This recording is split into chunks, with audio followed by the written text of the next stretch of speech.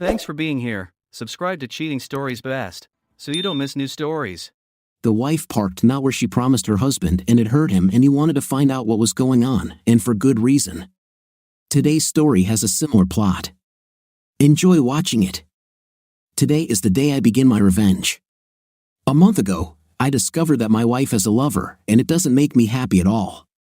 Her lover is a rich idiot who's named Richard. I suppose it doesn't really matter how I found out, the important thing is that I did.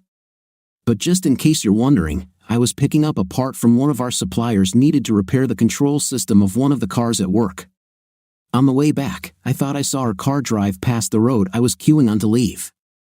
It sounded like she was driving home, which was strange because just 5 minutes earlier, I called her to see if she wanted me to pick up anything at the store on my way home, and she said she was at home. So I drove home, wondering why she had lied to me. When I returned home, her car was parked in the same spot it had been in when I left in the morning. As I approached the door, I heard the fan running in the bathroom and water pouring into the pipes. There was no doubt she was taking a shower. The big question in my head was why. I came up with several reasons why she might have lied to me, but none of them matched what was starting to feel true. I initially thought she might have spilled something on herself and needed to wash it off, but it wasn't what I was thinking. Probably somewhere deep down, I expected to find something unwanted. I entered the house as quietly as possible, sneaked into the bathroom, and, as expected, she was in the shower. Her clothes were piled on the floor, and on top were her dirty panties. I don't know how I restrained myself from grabbing her and beating the man's name out of her before throwing her out of the house, but I didn't, probably out of shock. Somehow, I just quietly turned around and went back to work. I replaced the part and was about to turn on the power when I heard a cry of stop. I jumped, and more importantly, it stopped me from turning on the switch. I looked towards the source of the scream, although I knew who it was. It was the other Colin who works here, one of the bosses. We call him Pooch. "What are you doing, Mac? You don't usually make mistakes like this," he said. I realized that I had not configured the part correctly. If I had turned on the power, it could have destroyed the drive unit, which would have cost thousands to replace and even more for downtime. Damn, thanks Pooch. You saved me from a big mistake. What's wrong with you, Mac? Is something bothering you? Nothing, buddy. Just a little distracted. Are you sure? I could see the way he looked at me and knew he didn't believe me. Well, leave it for now. Come with me. No, Mac. Come with me. It was rare for him to speak like that to anyone, and the way he walked away told me that the best thing I could do was follow him. So I locked up my tools, grabbed the laptop I was supposed to use to calibrate the device, and followed him. He led me not to his office, which is visible from all sides, but upstairs to a room usually used for closed meetings. He came in, turned to me, pulled out a chair, and sat down, gesturing for me to do the same. I saw you come back and noticed that you suddenly had a problem. When you left, you were your usual cheerful self, exchanging words with everyone you passed. When you returned, you didn't talk to anyone. You looked like if anyone said something wrong, you'd hit them. Now I know B and D can be jerks sometimes, but I couldn't stand it. I don't think I've cried since I was 10, but that was it. I started crying like a baby. Pooch didn't say anything, he just sat there and waited for me to calm down. Don't ask me how long I sat there, all I know is that when I finally pulled myself together, he was still there, handing me a napkin. Embarrassed, I took it and apologized for my pathetic display. Mac, don't worry about it. I know this isn't something you usually do. Trust me, this won't go anywhere. So tell me about it. Tears flowed again, and I told him everything, how I saw her, followed her, and what I found. What he said next surprised me. I knew part of his story but not the emotions he had experienced. He admitted, almost proudly, that when he began to suspect and investigate what his wife was doing, he cried too. We talked for over an hour until I was able to return to the work floor. Before we left the room, we agreed that this conversation would never happen. I had the machine ready to go in less than 15 minutes. The conversation that never happened left me with many thoughts and questions to answer, the first of which was whether I could survive this if she stopped. I didn't confront her, in fact, I still haven't. During that first week, I managed to behave almost normally, although I spent more time than usual in my workshop. When I was at home, Elaine noticed that I was, shall we say, a little out of sorts. I attributed it to the fact that BTK was considering purchasing a new extrusion machine, and I was the one tasked with evaluating which one to buy. A few days after my discovery, Puig took me aside and gave me a piece of paper, quietly saying, "I didn't give this to you." On it was written a name and address. I didn't need more details to figure out who it belonged to. To say I wasn't sure what to do was a huge understatement. I was definitely considering hurting at least one of them. I knew that no matter what I did, if I decided not to pursue legal options, I would need to remain in denial to protect myself. I've had bicycles since I was a child, and I still have them. If the weather is nice and I don't have to carry anything heavy or bulky to or from work, I often ride my bike. This means that if I need to run errands, like that Monday, I'll take one of the company cars, and so on. The day after receiving the address, I took an old, unpainted van and found his house. Luckily for me, his house is behind a patch of woodland known as Fogel's Forest, which almost surrounds it on 3 sides. The next day, Saturday, I took Elaine to the train station. After dropping her off, I returned home and went for a bike ride, taking a pair of binoculars with me. I drove by, hid my bike out of sight in the woods, and made my way through the trees. The house is isolated and quite old, about 200 or 300 years old, not that it matters. In some twisted way, I enjoyed climbing and spying, but the reality of why I was there hit me hard. When he pulled up in a fairly new Jaguar, I saw the passenger. It was my wife. Stupidly, I thought she was shopping in Cambridge. Seeing her come out and almost run to him to hug him was the most painful thing I've ever witnessed from her. This was something she did often, especially if we hadn't been together for a couple of days and she was excited about what was coming next, which meant her and me. I didn't need to see more. I wouldn't have seen much anyway. I could hardly see anything through the tears streaming down my face. I made my way through the trees back to my bike, feeling only pain. Driving home, the pain found a companion, the need to make her feel that pain. But from what I saw, losing me wouldn't cause her much trouble. Definitely not close to the pain I feel. I spent most of the next couple of weeks either riding my bike or in my workshop, mostly just avoiding her but also planning and learning how I could hurt her the most without causing physical harm. My job was mostly mechanical, replacing or installing new parts, so we were called fitters.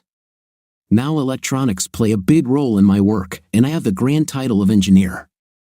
Of course, I had to take many courses to understand electrical control systems and such. This knowledge would come in handy now. In the UK, you can legally own a gun with the appropriate license, whereas stun guns are completely banned. But if you have the knowledge, it's not hard to build one, so that's what I did. I also spent some money on a few props, a black curly wig and coat that I bought at a charity shop, and a couple of rolls of palette film that I swiped from work. I also called the flower shop to order a special bouquet of flowers to be delivered on Wednesday evening at 7 o'clock.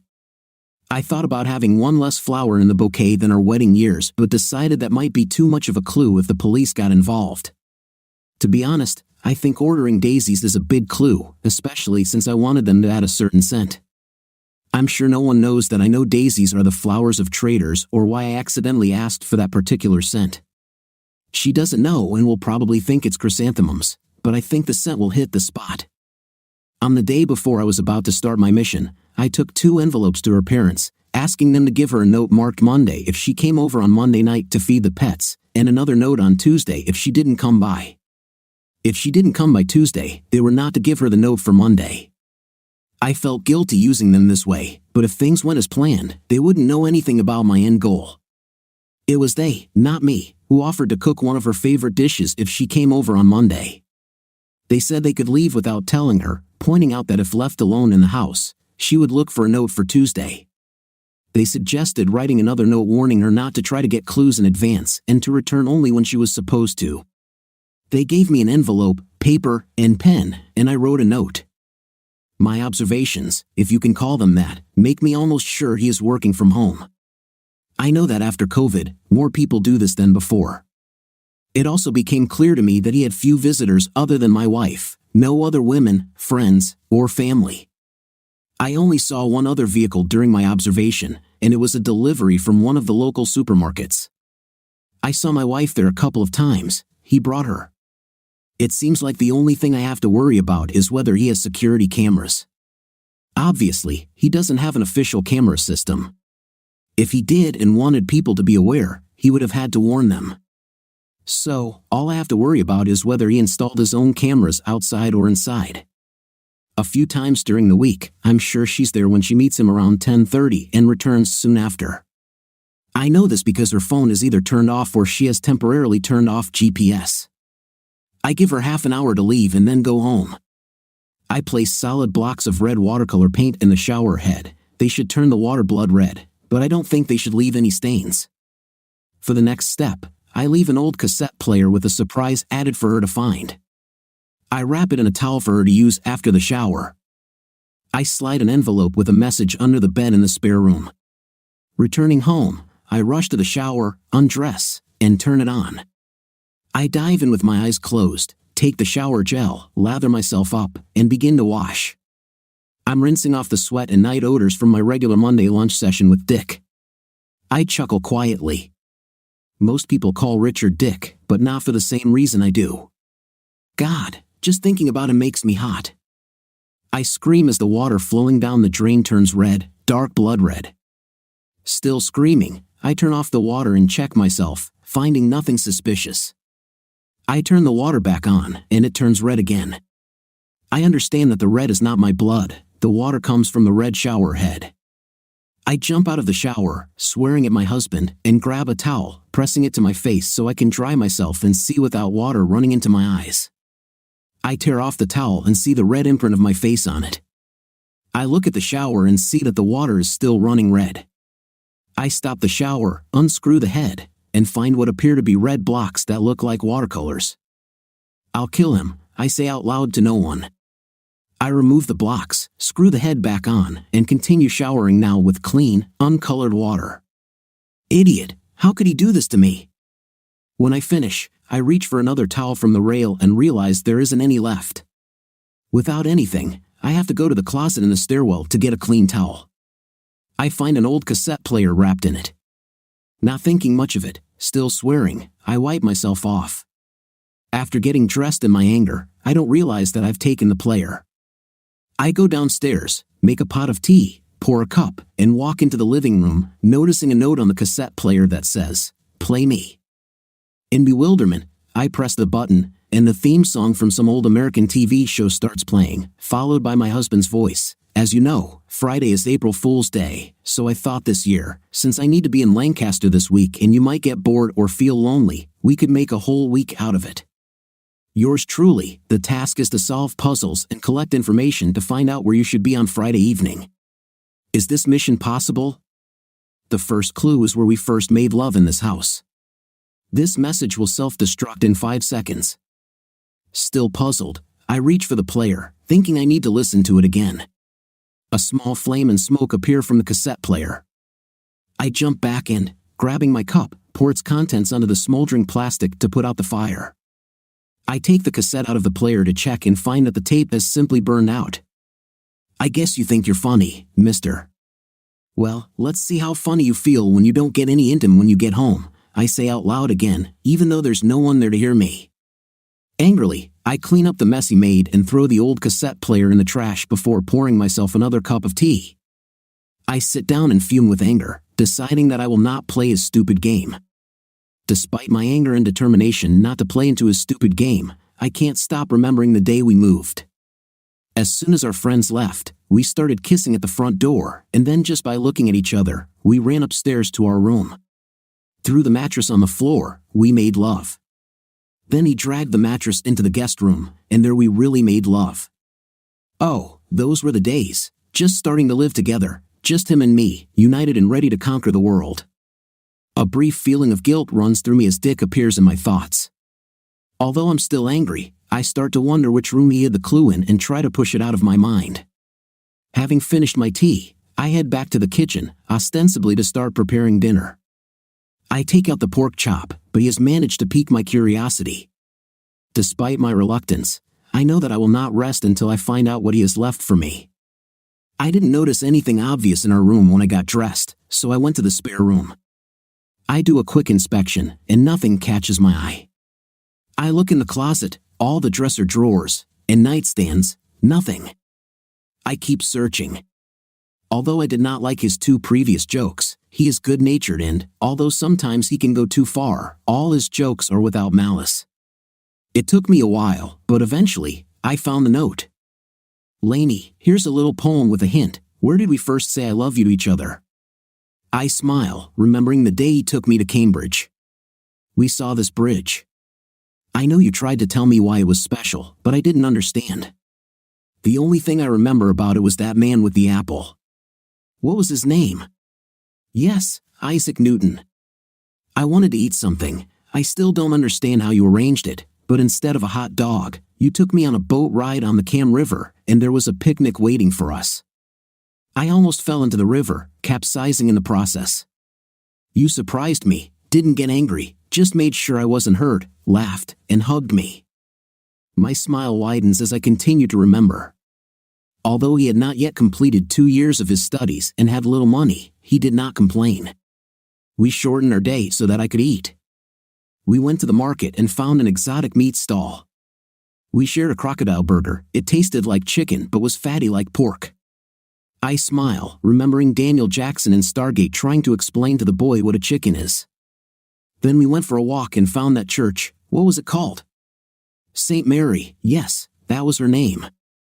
She was incredible. We could see the whole city from the spire. He then took me to dinner at an Indian restaurant, a new experience for me at that time. This is where my love for Asian food began.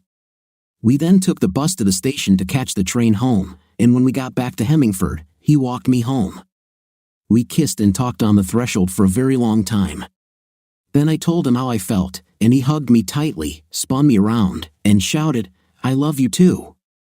My father opened the door and said, "This is all very good, but you can make it quieter." God, we were so embarrassed. He quickly kissed me on the cheek and hurried away.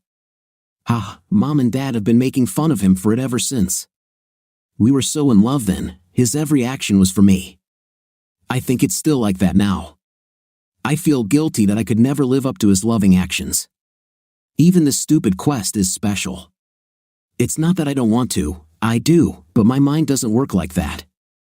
I can never come up with something special, and when I do, I overthink it and ruin everything. I look at my watch and decide it must be there, so I stop by Mom and Dad's to find my next clue. I arrive a little before 5. Mom is preparing dinner, and Dad is in his workshop. As soon as I walk in, Mom invites me to stay for dinner. I agree, knowing that I can put the chop in the refrigerator when I get home and eat it tomorrow. She made beef and kidney pie, my favorite dish. It's strange, she usually only cooks it for 4, although sometimes she makes it for the 3 of us. I start telling her about my day. As soon as I mention the shower, I realize I have to justify why I was showering and quickly make up a story about how I spilled a bottle of plant fertilizer on myself. I complain that Colin put it on a high shelf and didn't close the lid properly. "Call your father," my mother says, interrupting my story. I open the back door and shout, "Papa." I hear him take off his shoes and walk in, holding them in his hands. He puts them in the closet and then goes to the toilet to wash his hands. When he comes back, he looks at me and says, "It wasn't permanent, right?" It takes me a few moments to realize he's talking about the paint. "You knew?" I asked. My father nods as he sits down at the table, and soon after, my mother places the plate in front of him, then passes it to me before taking her seat. "We know he's giving you a game for April Fool's Day. He told us a little about it. What stage are you at now?" "The clue said I should come here," I reply. "Why do you think you need to be here?" "The clue said to come to the first place where we said I love you to each other." "You know that's why you always call it a stupid trick," my mother says. "So, what do you expect from us?" "I don't know, maybe a message, a letter, something like that." "Well, maybe your mom will find something after dinner," my father says. I nod, my mouth full. I haven't eaten my mother's beef and kidney pie in a long time, and I forgot how delicious it is. She always makes it light and airy, but mine always comes out dense. No one spoke for a while. I ate everything on my plate. When I swallowed the last bite, I said, "Thank you, Mom. It was wonderful." "It tastes good enough for you to wash the dishes," she replies. God, Mom, I'm a guest. If we weren't going for dessert, Colin would already be at the sink filling a basin with water without being asked if he was here. "Yeah, okay, I say sharply, pushing my chair back. "Sorry, I can't be just like my ideal husband." I get several unintelligible replies as I stand up to comply with my mother's request. When I finish washing the dishes, I turn around and see that I am alone in the kitchen. I didn't even notice that there was no noise or talking while I was washing the dishes. I think this is the first time I felt that something was wrong, that something wasn't quite right with my parents. Usually, the house is full of conversation and laughter. My parents' life was always filled with quarrels and laughter. I assumed that my parents rarely fight and that my presence interrupted their time for reconciliation. Perhaps that's why my mother made beef and kidney pie. "Should I make some tea?" I shout, but receive no answer. "Who wants some tea?" I shout louder again, but still don't get a response. I go into the living room and shout, "Mom? Dad? Where are you?" Not seeing them in the living room, I shout upstairs, but again I hear only silence. This is weird, I tell myself. I return to the dining room and see an envelope on the table with my name on it and one phrase written, "Don't open until Tuesday morning." I smile, recognizing Colin's handwriting and the fact that he never capitalizes the day of the week or the month or uses punctuation. Of course, I don't follow the instructions and tear open the envelope, expecting to see another poem. Instead of a poem, I read just one sentence: "If you're reading this message, you've come too early. Come back tomorrow for the next clue." Damn, I wish he could understand to write your instead of your. Heck, my parents might be in on the joke, but I'll make them give me the right clue. I run upstairs and check all the rooms to make sure they are not there. I return downstairs and go to my father's barn. Inside, I see him sitting on a bench, and I tear open the envelope. If you're reading this, it means you were looking for your parents and found this, not theirs. As I said, come tomorrow for the next clue. I can't help but smile, it shows how much he knows me. After putting on my coat, wig, latex gloves, and of course a mask, I walk up to his door and ring the bell. He looks annoyed at being bothered, but as soon as the door opens, I push him back and hit him with the taser. He collapses, twitching like an epileptic after a chilly enema. Good idea. When he comes to, I wrap him in film like a mummy, even around his head, although I leave a hole for breathing and a small gap so I can stun him again. I ask him about the presence of cameras, and he says there are none. I hit him a few more times to confirm his position and see if he's lying. The third time he comes to his senses, he begs me to stop and again says there are no cameras. I finally believe him and get to the point. "Well, Dick, you're having a night with the wrong person, and someone wants you to stop doing that. Got it?" "Yes," he whispers. God, just one word and you can understand that he was born with a silver spoon in his mouth. If I didn't already hate him, that would be enough. "Tell me all about where you met her." "I knew her many years ago. She went horse riding at my aunt's riding school, and we met by chance at the railway station one day. There was some kind of glitch, I don't remember exactly. We talked, and it was a pleasant wait. I invited her to dinner, she refused, but I insisted on meeting for coffee another day. She was a little hesitant, but I persuaded her to meet for coffee. I took her to Les Mustaches, de Chats. Is that the fancy place a couple of miles down Hemmingford Road?" "Yes, continue." "Well, she liked it, and I talked her into agreeing to dinner." "I guess you're not her husband," I interrupt him harshly. "Oh, you got paid to." "It's none of your damn business." "So you had dinner while her husband was away?" As he continued, I realized that in the last year, I had only spent 3 nights away from home. Last June, I went with Puig to Italy to inspect an extruder that BTK from Germany offered to buy. Funny, because I used a similar reason to explain to Elaine why I'm not home this week. We had a nice evening, and as you mentioned, Les Mustaches, de Chats is only a couple of miles away, so I brought her here for a late-night cappuccino. It seemed like nothing would happen, but I was sure he was smiling under the layers of film, and I thought about hitting him with the stun gun again, but I didn't want to discourage him from telling all the details. Well, we went out to the car, and I demanded a goodbye kiss, so to speak. At that moment, and without a word between us, we went back inside, and well, you know how it goes. I was sure he was grinning, so I hit him with the taser again. When he comes to his senses, I say, "You don't feel so smug now, do you?" "No, please stop doing this," he begs. Is she planning to leave her husband? I almost let it slip and said me, but instead, I said, "Not at first." I wanted her to leave him from the beginning, but she always refused. But I think she's starting to give in. I was hoping she'd leave him soon. This was what I didn't want to hear. Many may think that I'm a fool for wanting to keep her, but I really do. How do you keep in touch? Her husband didn't find anything. We don't keep in touch. That was her suggestion after the first time we slept together. I hit him with the taser before he could finish speaking. When he comes to his senses, I say, "You will call your infidelity just a night." I don't want to hear the phrase "made love" from your treacherous mouth. Understand? Yes, please stop doing this, he replies. Okay, so after the first time we had an intimate, we agreed not to exchange numbers. She didn't want to leave evidence for her husband. Is that why you always take her away?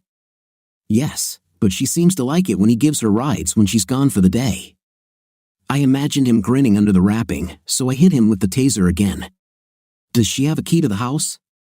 No, for the same reason. Please, I beg you, don't hit me with the taser again. I'll never see her again, please. As much as I wanted to, I restrained myself from another blow to reduce temptation. I went to inspect the house. Would you believe he has a wine cellar with a huge number of bottles? The rest of the house is pretty bare, by which I mean there are no decorations, no paintings, nothing to give the house any personality, if you know what I mean. Yes, he has a lot of things, TVs in every room with individual surround sound systems and so on, but it's all hidden. I only found all this because I was curious, opening cabinets, etc. I considered myself lucky when I found his computer. It was turned off, so if there was a camera, it didn't matter, but I went back and hit him with the taser again for not mentioning it. He assured me that there was no camera since it was a desktop computer. He was probably telling the truth. However, this gave me an idea. Okay, Dick, are there any pictures on the computer that my husband wouldn't like to see? No, his answer was so categorical that I didn't believe him. Okay, Dick, I'll go and have a look. If I find something like that, I'll hit you between the legs with a stun gun once for every photo or video I find. Or you can tell me right now where they are kept. I didn't think that by seeing only his eyes, I would be able to see the horror that appeared in them. He immediately started telling me where the files were on his PC and on the internet, and all the passwords to find them. I copied the files to a USB drive and deleted them. I also accessed his accounts and donated most of it to the NHS. This will hurt almost as much as his balls will. After explaining to him that it is not good to interfere in someone else's family, especially if you are recording your actions, I noticed that he began to complain of pain. I didn't realize it right away, but he had wet himself when I hit him with the stun gun. Oh, what a pity. I released his legs and warned him that if he tried anything, he wouldn't like it. He clearly believed me or no longer had the strength to resist and behaved well. I forced him to use the upstairs toilet, sat him on the toilet, and secured him in place with more wrapping tape. I was hungry, so I searched his refrigerator, found a nice cut of beef, put it under the grill, and found fresh, uncut bread in the bread bin, along with onions and butter. Here's lunch. I butter the bread and remember a documentary about 16th or 17th century sailors, which says that bread and water were used as punishment not only because of boredom but also because such food causes severe constipation. It makes a person feel bloated and uncomfortable, and any movement becomes painful. I cook the steak with onions, making delicious smells, and eat it as a sandwich in front of him. I also cut off a large piece of bread and give it to him along with a mug of water. Knowing that she expects a call at 8 in the evening, I don't call. I wonder how long she will wait before calling herself. Around 9, I get an answer. She calls, but I don't answer. 10 minutes later, I see her driving a car before her phone goes off. I run around the house and turn off all the lights. 5 minutes later, I see headlights approaching. I warn him that if he makes a sound, he will regret it. She knocks, then hits, then pounds on the door. I remain quiet, and eventually, she leaves. Half an hour or so later, I make him give out his credit card PIN, then drive his Jaguar to the long-term parking lot. Discovering I've missed the last train, I take a taxi back to his place. Damn it, thank God for those masks if you don't want to be recognized. I change the bedding and sleep in his bed. I leave him on the toilet and give him water. I wake up early, give him some more water and a piece of bread, then ride my bike to work. I arrive at work at 5:30. I'm guessing that Elaine will be at her parents' place quite early on, although it doesn't really matter. She won't be able to get the next clue until Nag's head opens, and it will say that the next clue won't be available until tomorrow evening. I'm about to leave work when I realize there's a serious flaw in my plan. If she sees me on the way to her from the house, she'll recognize me and the bike.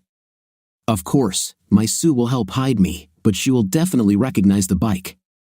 So, I wrap black tape around the frame to disguise it. Tonight, I have some venison sausages that I found in his freezer. I'll cook them with mash and peas with gravy from the box, and red wine. It wasn't bad, but I would have preferred good pork sausages and regular gravy. I give my housemate more bread and water, and I don't think he's too happy. It looks like the same can be said about my wife when she finds no one at home again.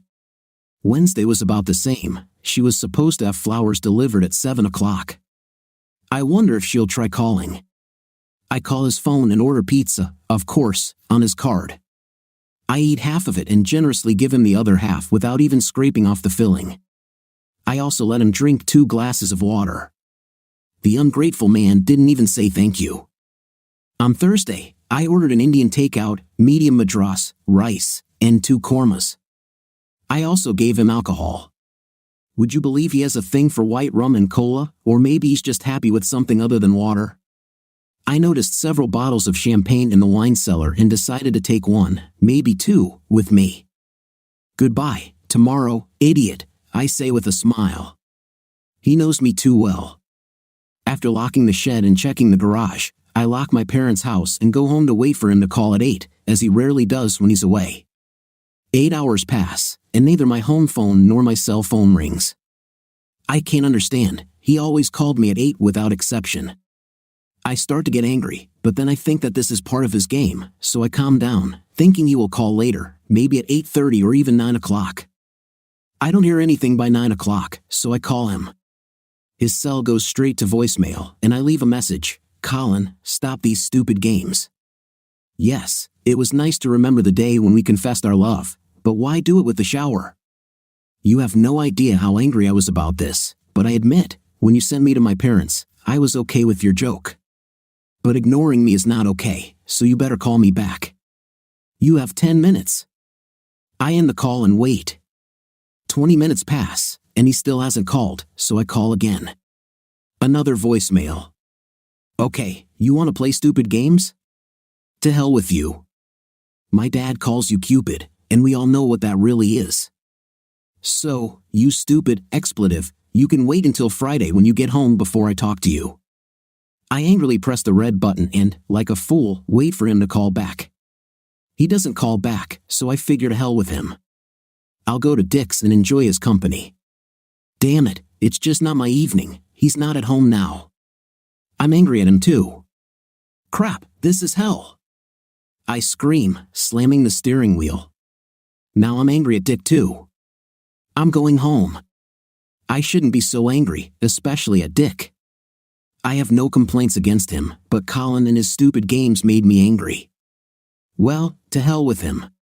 As soon as I get to Dick's, I'll stay with him for the whole week. Not today, not now, night has suddenly become the last thing on my mind. I come home, mix myself some really strong vodka and orange juice, and drink it in one gulp.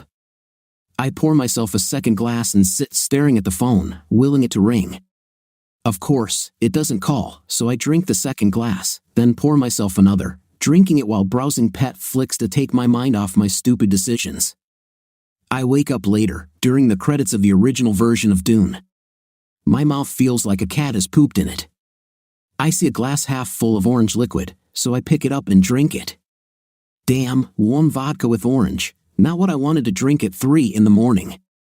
A little unsteadily, I climb the stairs to bed. The alarm goes off at the usual time. My head is pounding, my stomach is churning, and as soon as I stand up, the room rocks, and I run to the toilet, throwing up. To my surprise, I feel a little better when I finish, even better after I brush my teeth and shower, cursing when I discover Colin has brought mouthwash with him. After a cup of tea and a toast, I remember why I'm feeling unwell and get in the car to drive to my parents again. Would you believe it? I get pulled over and given an alcohol test. I'm lucky, the indicator is 33 and the failure is 35. The policeman lets me go, giving me a dressing down for driving after heavy drinking. Would you believe it? He accompanies me to my parents' house. Thinking about it, I'm glad I didn't have mouthwash with me, as that would have sent me over the edge. They are not surprised to see me so early because they know why I am here. Mom invites me for a cup of tea. I'm sitting at the table when Mom puts 3 mugs of tea on the table. Dad comes in and hands me an envelope. I tear it open. Did you enjoy the shower? I bet your face was grim, huh? I'm sure it's true. Here's another hint for you. After viewing a specific group in the pub, I asked for your hand. There is one pub nearby with an evening joke to try. I knew it had to be about how we got engaged. It's easy. We went to see Blondie at the Corn Exchange, and then we went to a pub called the Bathhouse. Mom reads it over my shoulder and says, I don't know of any pubs around here called Bathhouse. No, Mom, that's a clue. I know it's Nags. What? From both Mom and Dad? You know the owner, Jerry? They both nod as I explain. Well, it was only 2 or 3 weeks after his wife ran away. Yes, that's where the joke is. What do you mean?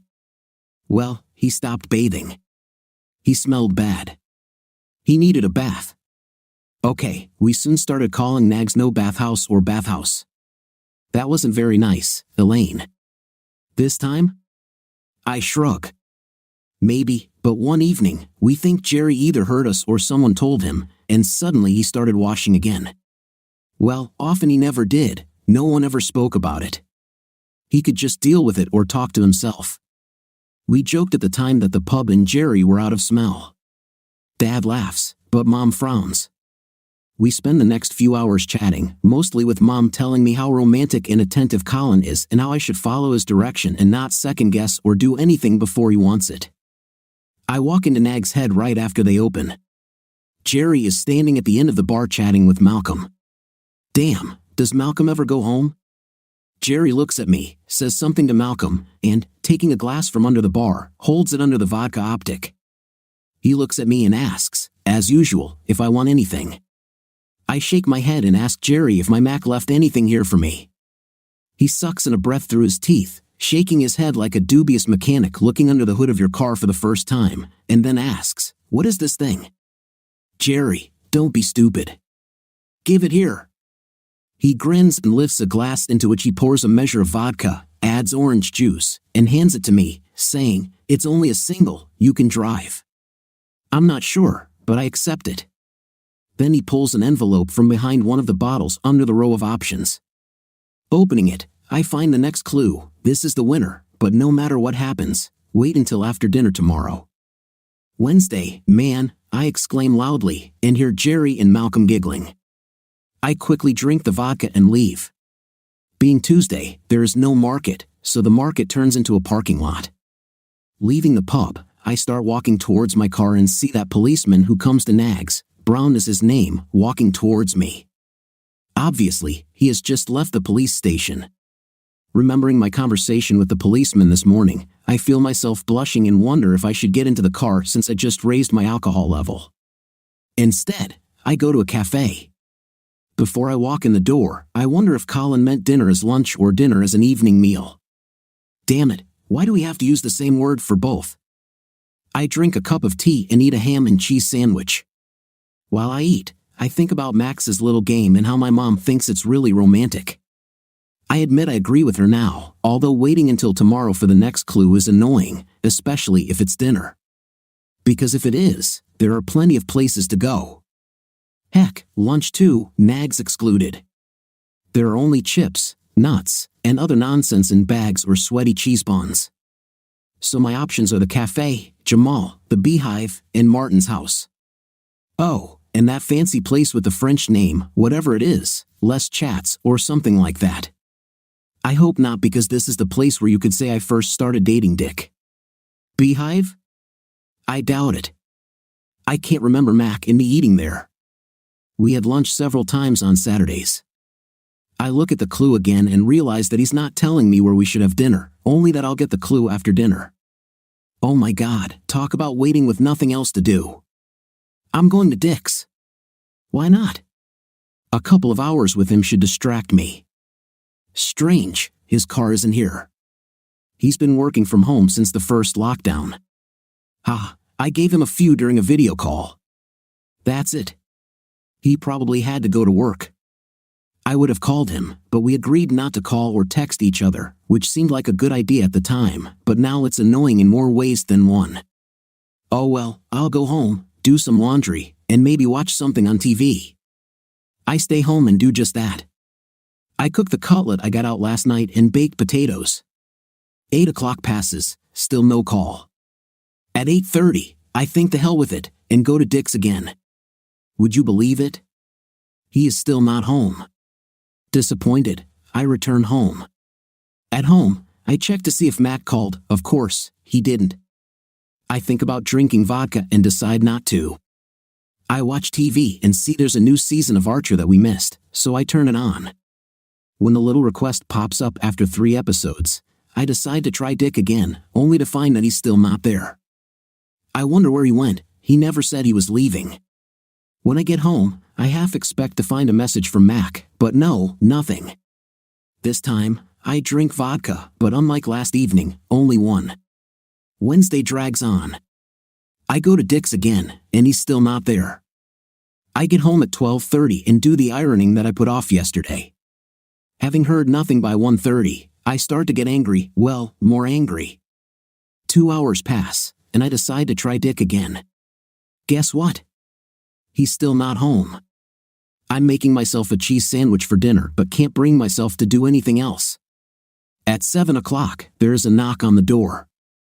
I half expect Colin to be standing there, but no, it's a young girl. I notice she is chewing gum before I notice what she has in her hands, a white box about 25 centimeters wide, just over 30 centimeters long, and about 75 centimeters deep. The girl asks, "Mrs. Mall, yes?" "Delivery for you." I take it and close the door. Opening the box, I see bright red flowers. I think they are chrysanthemums, but I'm not sure. They are beautiful.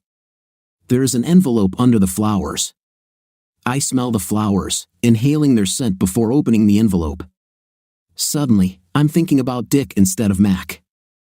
I find this difficult to understand and then realize that the flowers smell like Dick's cologne. Confused, I tear open the envelope. These flowers that you see represent your love for me. It's hard to be away from you. I feel like I'll never hug you again. Your next task, you will find it under your bed. Still holding the flowers, I practically run up the stairs and into our bedroom. Of course, there is another envelope under the bed. I'm sure I looked here yesterday while waiting to do laundry. I don't know how I could have missed it. Tearing it open, I read, "To find out where you'll go next, you should send me a message. But think first about the last time we made love. The day may seem too difficult for you, so name the month when we were last close." What does he mean? It was last week. No, it wasn't. I fall onto the bed, suddenly realizing that we haven't made love in a while, but it must be this month since it's the 30th. I start typing March on my phone, but now that I think about it, that might not be the case. I clear it and start typing February because we were supposed to do this for Valentine's Day. Oh God, no. We had an argument because he said something about us not doing that. Guilt hits me as I realize it was 6 weeks ago. I think I'm starting to understand. I think about it, nothing stands out. But why not? We've been married for 20 years. It's like food, isn't it? We don't remember every meal, only special ones. I'm sure, no, I know, we did it between Christmas and New Year's because it wasn't working. Reality hits me hard. Oh no, I can't believe it. I don't think we've made love since December. Feelings of guilt are suddenly accompanied by shame and sadness. How could I not notice this? I know he tried to ignite desire in me many times, but I always gave him excuses, not in the mood, too tired, arguing, whatever. No, he can't just blame me. I don't think he's been trying since Valentine's Day. After being rejected for 6 weeks and on Valentine's Day, why would he try? I know why. I allowed my relationship with Dick, if you can call it that, to satisfy me, I suppose. Damn, the reality of my actions is amazing to me, and I start to cry. Several minutes pass, but through the sobs and tears, my trembling hands gain strength. December, I'm sorry. I didn't understand. I promise I will never say no again. Please forgive me. I've read this several times, each time thinking it's not enough, but I can't think of anything else. I'm afraid it's not enough. After sending it, I remember the voicemail I left him on Monday night telling him he wouldn't get any affection when he got home. God, how that must have seemed like an empty threat to him. I go downstairs and, guess what? I reach for the vodka, pour myself a glass, and sit next to the house phone, cell phone in hand, desperately waiting for his answer. Of course, drinking a lot of alcohol when you're feeling down is never a good idea, and after 2 hours, I've managed to turn everything around in my head. I think he made me remember all those happy moments to insult me even more and make me feel guilty. I get angrier and angrier, adding fuel to the fire. I finish the orange juice and switch to orange syrup. I start to text, telling him I understand his game, but the phone screen blurs and keeps typing the wrong letters. I give up and call him. The fact that the phone goes straight to voicemail does nothing to ease my anger, and I give vent to my indignation. You an idiot. You think you're smart, making me remember all these happy moments only to make me feel guilty because I didn't sleep with you as much as you want? Well, you can go to hell because you won't be having me anymore anytime soon. In fact, I'll move your things to the guest room. Maybe I'll hire a man to satisfy me. Maybe I already have. It's spontaneous. I didn't feel it coming until it did. I think I tasted it, maybe even saw it before I felt my stomach churning. With spontaneous vomit pouring out of me, I drop the phone and clamp my hands over my mouth as I rush to the toilet, slamming my face into the door frame, but it doesn't slow me down. All too soon, I tear again, and the seal through my clenched fingers gives way, the pressure expelling it in a thin line along the corridor wall. I continue to vomit long after my stomach is empty, crying pathetically. I suddenly want Mac to be here to look after me, to hold me, to help me clean. Oh, why isn't he here? After some time, I rinse my mouth in the sink directly from the tap and wash my face. I take the top off and soak it, half tottering as I go upstairs and get into bed. I feel like crap. When I drag myself out of bed, everything hurts, especially my face. When I see myself in the mirror, I can't believe what I see. I have a bruise from my eyebrow to my chin. I put on some clothes and go downstairs, and of course, the first thing I see is a diagonal line of dried vomit on the corridor wall. Oh great, this is exactly what I need. It reminds me of vomiting in the living room. Afraid of what I'll see, I hesitantly peek into the room. My stomach cramps again as soon as I see and smell what I've done. Luckily, although it's painful, there's nothing there to throw away. I start crying again and return to my knees, trying to clean the still drying mess. I begin in the living room and find my phone on the floor next to the chair. Suddenly, a memory pops into my head. I sigh as each word of the call cascades into my mind. Upset, I sit on the floor and cry. There's a knock on the door. No, I think to myself, not now. I can't deal with anyone right now. The knocking sounds again, louder this time, accompanied by a voice. Elaine! Elaine, I know you're there. Open the damn door. I know what you did and what you said last night. Open the damn door, and I mean right now. I guess it's some kind of parent-child bond, but even though I don't want to see or talk to my mother, I go and open the door. As soon as I open it, her head seems to recoil and she says, "Damn, Elaine, you smell like liquor." I don't answer. I just go to the kitchen and put the kettle on the stove. I hear her snort in apparent disgust as she follows me. "I'm here because someone called me this morning. He said Colin got a drunken voicemail from you in the middle of the night and was really worried about you." I just stand there, crying pitifully. "Don't waste your time with those crocodile tears. He told me what you were talking about, so even if I was stupid enough to think those were real tears, you wouldn't get any sympathy from me. I see that you left vomit in the hallway, and I also see that you didn't even start to clean it up." My sobs intensify with renewed vigor, and her words become meaningless to me as I collapse onto the kitchen floor, crying. I didn't want this. I didn't want this. I was angry. I got drunk. Don't tell me that you were almost crazy on Tuesday, telling me how nice it was to remember all these sweet things and how much you loved him. I know, but the next clue, it was terrible. It made me feel like he was building all these good feelings just to hurt me even more. What are you talking about, you stupid girl? He would never hurt you. Damn girl, your dad is crazy about me, but even I envy you compared to the way Colin treats you. I know, but you don't know what he said to me in that note. Why? What did he say? He said, "Mom, it's terrible. I can't tell you. Where's this damn note? I'll read it myself." "No, Mom, you can't." She examines the surfaces in the kitchen and, not finding a note, goes into the living room. I run after her, begging, "Mom, no, please. Mom." She reaches for the living room door. I beg pitifully, "No, Mom, don't go there." "Oh, Elaine, how could I not believe it? How much you drank."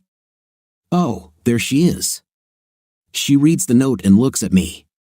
We look at each other, and she asks, "Well?" I stand there, feeling helpless, trying to deny what's happening. If your answer was anything other than March, you're in trouble. I know I'm repeating no while shaking my head. You mean you've been denying your husband since February? My face contorts as if it's trying to push out tears that are no longer there, and only hoarse sounds come out of my mouth as I try to answer. Not even on Valentine's Day? What's wrong with you, woman? January? What you're saying is that you haven't had an intimate this year? Oh God, no, he didn't. But you were studying, right? I feel her eyes boring into me, penetrating my soul. The silence is oppressive. I need her to say something, but when she does, I wish she wouldn't talk. You disgust me. I'm shocked she never used that word. The vomit you left all over this room and hallway is more acceptable to me than you. You better tell him and hope he forgives you. If he does, that's the best you deserve. I know if I did this to your father, he would throw me out without a second thought. And I'll tell you this, if Colin throws you out, don't come to us. We won't accept you. You better hope that the idiot you're sleeping with can take you in. Or is he married too? I gasp. I had almost never heard my mother swear like that, except for the occasional damn and the like, and now she said damn twice and even the S word, a word even I almost never use. I desperately try to tell her she's wrong, but my throat is too tight to say anything. Then she leaves, emphasized by the loud slam of the door, so loud that I'm surprised the glass didn't break. I have not received a response to my message or voicemail, so I am again in limbo. As bad as I felt remembering my voicemail, my mother actually made things worse. I doubt I could feel any worse than I do now. I stay home all day, hoping for another clue or at least a text message from him explaining that he understood my drunken rage. Now, I fear for the future of my marriage, and of course, it reminds me of the many times recently when I let Dick know that I was almost ready to leave Mac when I never really thought about it. I try to go to bed early, but sleep doesn't come. So, I get up and watch TV until 3 a.m., and sleep still has a hard time coming. I wake up with a fright, looking at the clock and seeing that I've overslept. I quickly jump out of bed and run downstairs to see if there's anything for me. My heart skips a beat when I see an envelope that someone put in the mailbox. I open it with trembling hands. Finally, your task is coming to an end. Feelings have taken you far. Now you're wondering where I'll send you. No, Stay where you are. He wants me to stay here. I breathe a sigh of relief. Why? I don't know. Nothing has changed, but it makes me happier. I know whoever dropped this in the mailbox probably contacted him, so he must have understood my drunken outburst. I feel better and suddenly realize that I need to go to the toilet. I run to the bathroom and breathe a sigh of relief again. I dress in clothes that can get dirty and clean the house thoroughly. I'm thinking of preparing something special for dinner to welcome him home. It would be a nice gesture, and God knows I have a lot of these to make up for. But it's Friday, and on Fridays, we usually eat out or get takeout. I decide to follow tradition, not because I feel lazy, but because I think I should start trying to put things back into place, back to the way they were. When he walks in the door, I look at him closely but can't tell if he's happy to be home or very unhappy. We just look at each other, and neither of us speaks. Still without saying a word, he goes upstairs. I hear the wardrobe opening, then several drawers. I'm paralyzed with fear, sure he's leaving me. I hear the shower running and sigh with relief again. He's going downstairs, probably a little faster than I usually expect. Finally, I say, smiling, I don't know whether to hug you or kill you. He just looks at me and says, you tell me in the car. Where are we going? I ask, you'll find out when we arrive. Let's go. We have to go. Well, the day has come when I will find out if she will stay with me. As I've done all week, I get up early and walk around the house to make sure I haven't left any trace of my presence. Nothing catches my attention, so I head to work. The day passes, and this time I leave at 5 p.m. As soon as I arrive at Dick's, I start pouring him alcohol. At first, he refuses, but I explain to him that if he drinks all he can and passes out, I'll let him go. Listen, man, if you turn me in, it's unlikely to lead anywhere. Her old man doesn't know I'm here, and you don't know who I am, so consider this one of life's adventures. If I find out what you told the police, I'll come back, and you won't survive this. Understood?